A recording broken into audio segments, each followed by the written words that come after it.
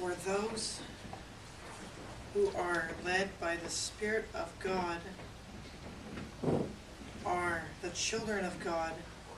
The Spirit you receive does not make you slaves, so that you live in fear again.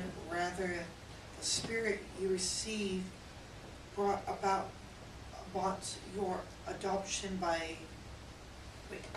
and by Christ we cry, Holy One. The Spirit testifies with our spirit that we are God's children.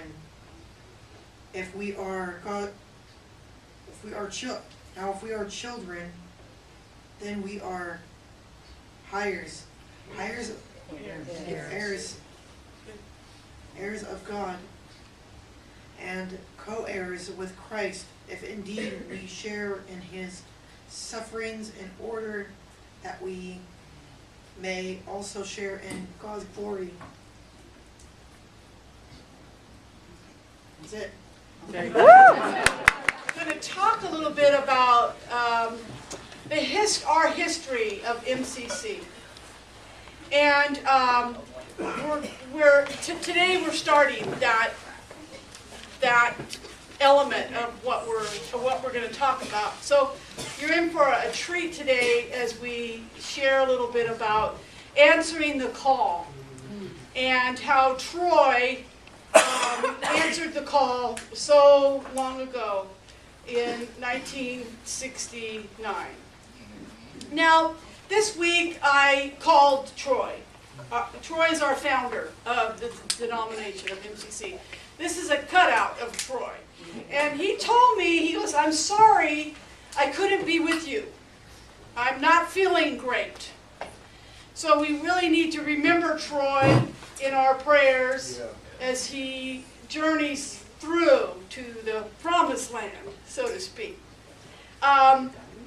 There's something about answering that call. You know, Troy had this amazing journey as a young man growing up, and he started preaching when he was like 7 years old, 12 years old, something like that. And you know, he would sneak out and he would go to where the church was, and he would sit and listen by the window so they could hear the preacher preaching. And so he started at a young age, and he moved then to Los Angeles. And when he moved, he realized that something was different. That he was, not only had he moved, but he was coming into who he knew that God had called him to be. And so he began MCC in the living room, in his living room, on Christopher Street in Los Angeles, California. And if you could go to the slide, you can't really see it, doggone it. Well, I have this book here. This was a book that was called Reverend Troy, Pastor and Prophet. And I'm going to leave this book for people to see. This is my personal copy, so if you have sticky fingers, please be respectful. But I'll just read a little bit of some of the things that Troy went through. He was born in Florida in 1940, began preaching at age 13, licensed Baptist minister at 15. Can you believe 15? Wow. Married to his pastor's daughter, moved to Illinois and attended Midwest Bible College, then moved to Southern California in 1962, became the pastor of Church of God of Prophecy in Santa Ana, and then in 1964 came out and separated from his wife. He was drafted into the Army in 1965, honorably discharged in 1967, and founded MCC, of course, in October 6th, 1969. Troy also, the starting of MCC, it just kind of like, he thought, he didn't think it would be like this big of a deal. But before you knew it, there were so many people that they had to go to another place. And they kept, he said, the joke was, if you missed a Sunday, you might not know where they're going to be the next week. Because they had to keep going and moving and moving. They ended up in the women's club in Huntington Beach, and they were there about a year and a half. And then they finally bought their own building, and that building was burned to the ground. And there's an amazing picture in this book about him standing, and you could just see the fire of God in his eyes. Because you know how it is. When you mess with one of us, you mess with all of us. And that's Troy. I mean, you know, Troy empowered. It wasn't just about Troy, you see. And that's the thing that we have to understand. It's not just about Troy, but it's about us. And it's about what we are going to do from here on out. And Troy brought people. You know, Frida told me yesterday, and I knew this, but and Frida's going to be here next week to talk a little bit about this. But, you know, Frida said, you know, so-and-so wanted to come and start a church in Atlanta. And you know what Troy told him? Go do it. Yeah. Go do it. If you felt called and you knew that God was on you, go do it. We still, to this day, have a church in Atlanta, Georgia. Amen. Amen. We have churches all over the United States and around the world. An amazing thing. You see, it's not about Troy. It's not about Troy. It's about the calling. If we're going to answer the calling to our faith and to have the courage to stand, have the courage to have a meeting in our home, have the courage to answer the call of faith, have the courage to do something more than what God has called us to do. And today, Reverend Sharon's going to talk about some folks.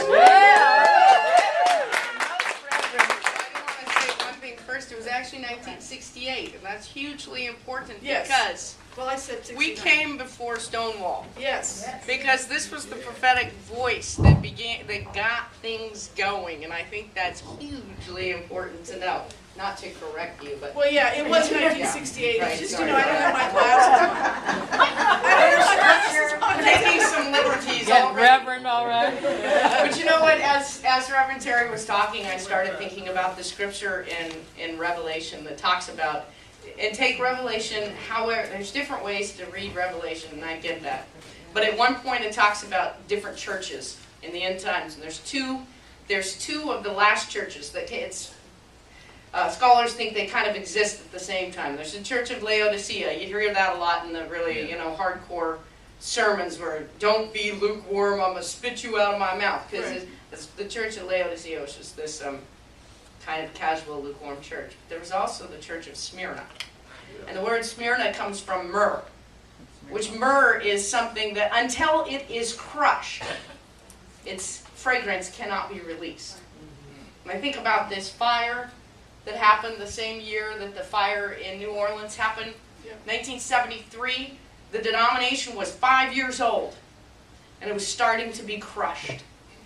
But I think about the other scripture, I was crushed, but I just had it in my head, broken but not destroyed, pressed down but not crushed, broken but not destroyed. And I think that's where we come from in MCC.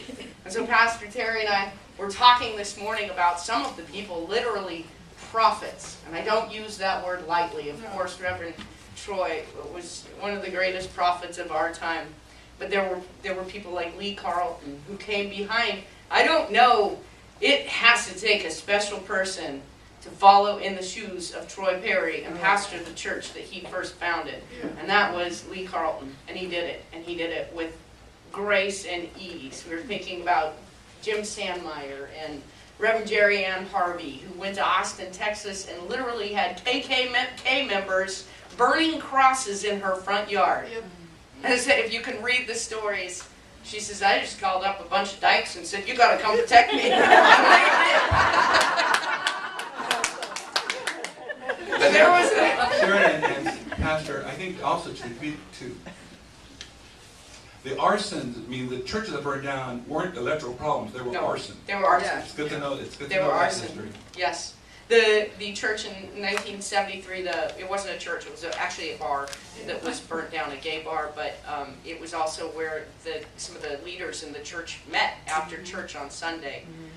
If you can imagine, 32 people killed. Pastor, assistant pastor, I can't talk about this without it hurting. Pastor, assistant pastor, and a third of the congregation killed. Yep. And the press hammered on the church, not the person that killed them. The churches closed their doors, saying you can't have funerals here. And the parents would not claim their children because it was a gay bar. We were pressed down, but we were not crushed. Oh, what a powerful legacy we live with.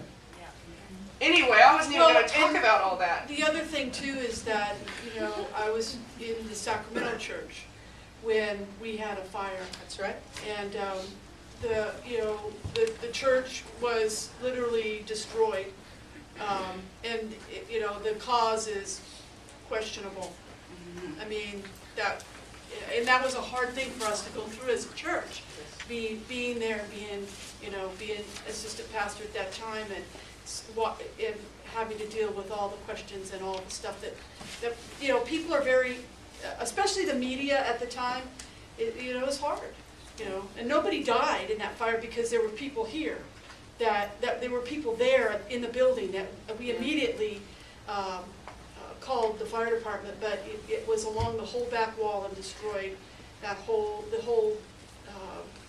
34th and Broadway location. Okay. So, sorry. It is sorry. It's really sad. Just imagine, don't imagine too much, it's not going to happen. We're living in faith now, but painful.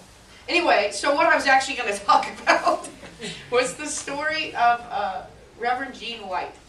And I thought it would be really cool to kind of lift up some names that you might not hear as much in the history of MCC, because these are people answering the call. Reverend Troy answered the call, and for that we are all grateful. But it wasn't just Reverend Troy. There was a massive crowd of witnesses that came behind in his wake to create an even bigger wake. With Reverend Troy, it would have been a movement in LA. But with the people that followed Reverend Troy and joined Reverend Troy, it became a movement around the world and continues today. And I think that's what's so hugely important, is we've all got a call to answer. So I'm going to tell you about Reverend Jean White really quick, because her story is just absolutely fascinating. Reverend Jean White grew up in what was called the Brethren Church, which was a very fundamentalist church. Only men were allowed to preach at this church. Women were allowed to do ministry, and so she became a registered nurse and got several, actually, theological and Bible degrees. Very well educated, respected woman. And she went in 1970, I think 72, to become a medical missionary into China. And at that time, I'm just going to read this. Medical workers were allowed to access this strip known as No Man's Land, where refugees and lepers would come to receive aid. So it was where they could not leave China, but they could go into the strip, receive aid, and would have to go back. And Reverend Jean, along with other women missionaries, because women were allowed to do that, they just couldn't preach, would go and risk their life and offer medical aid and attention and food. And in the midst of the cultural revolution of the Red Guards, the Red Guards seized this strip of land. But the missionaries continued. They said there's still people in need, and we're going to still go in. And so they would go in at the risk of their health and their safety and their life. And at one point they were arrested and put under compound arrest, and they were held in captivity for 3 years. Wow. During captivity they were beat, they were tortured, they were raped, they were put under unbelievable circumstances that I can't even imagine living through for 3 years. And when they were finally released, they were told, you can go, but you need to crawl to your freedom. When you read her story, it's heartbreaking. I think 5 missionaries were crawling to freedom. 2 did not make it. They died. That's how malnourished they were, diseased, sick, crawling to save their lives. And it was during that whole time of captivity that Reverend Jean became utterly aware that her sexuality did not match with the expectation of her church. And so she came into freedom, and she started questioning. Actually, what allowed her to question her sexuality and spirituality was questioning the way the men treated the women in the church, which is kind of funny. Kind of calling one thing always gets you looking at everything else, but saying that I don't know that this is a church that I can really back. She hadn't left the church yet, but she just started questioning everything. She didn't drink at all because that was against kind of what she felt was okay, but she decided, I'm going to just go to a gay bar and look around. That's all I'm going to do. So wouldn't you know it, and here's an important thing, I don't believe in accidents at all. No. In fact, Reverend Terri told me, I think it was in 1996 when I was just first at that church, maybe the third week that I was at River City MCC, and I said, this is total chance. And she goes, oh, I gotta stop you there. I don't believe in chance. That's just God willing, God remaining anonymous. Keep that in mind. And I have ever since then.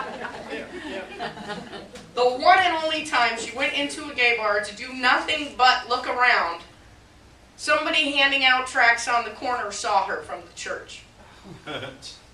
She was called into a meeting, which of course was 17 men, no women, not a jury of her peers, and within 3 weeks, after everything she had gone through for God, but also for her denomination, within 3 weeks she was excommunicated from the Brethren Church.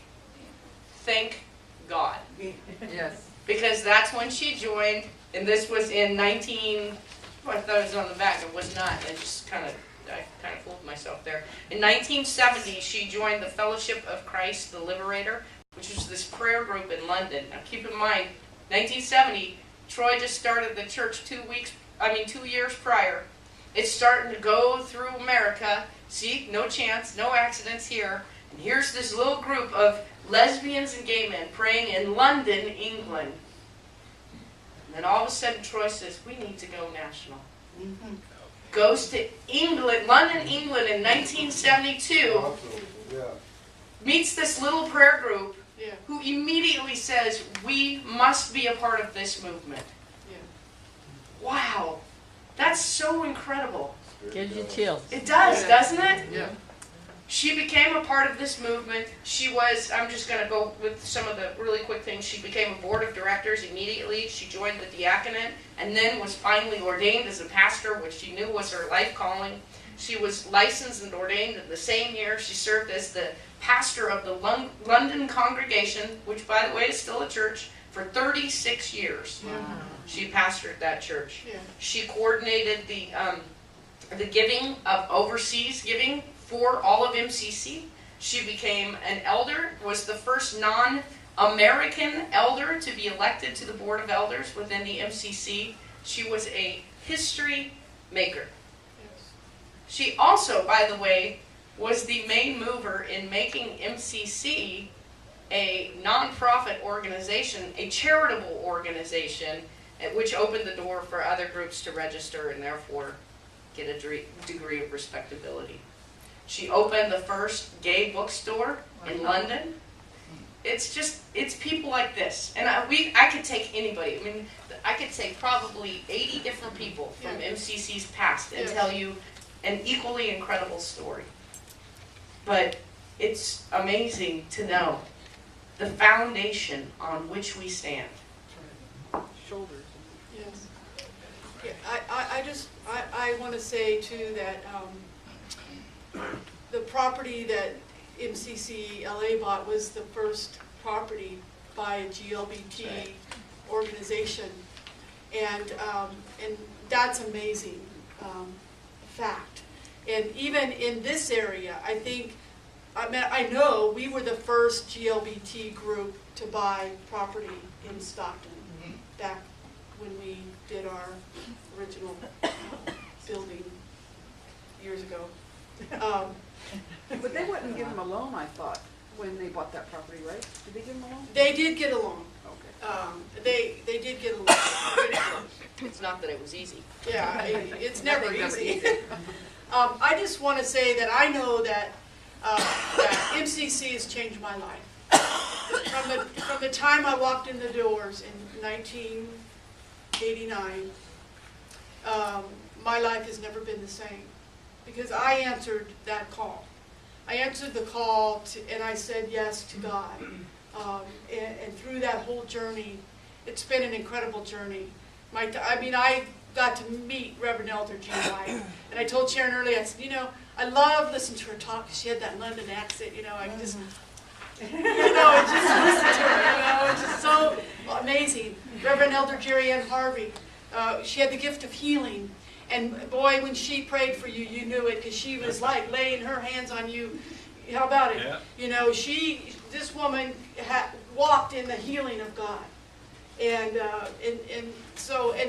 having Frida as one of my mentors, I was privileged to be able to travel around the world basically with her many times and meet a lot of different people that have formed MCC. And so I'm just so privileged, and I want to say to Troy, Valley Ministries is praying for you, Troy. And Troy, we love you.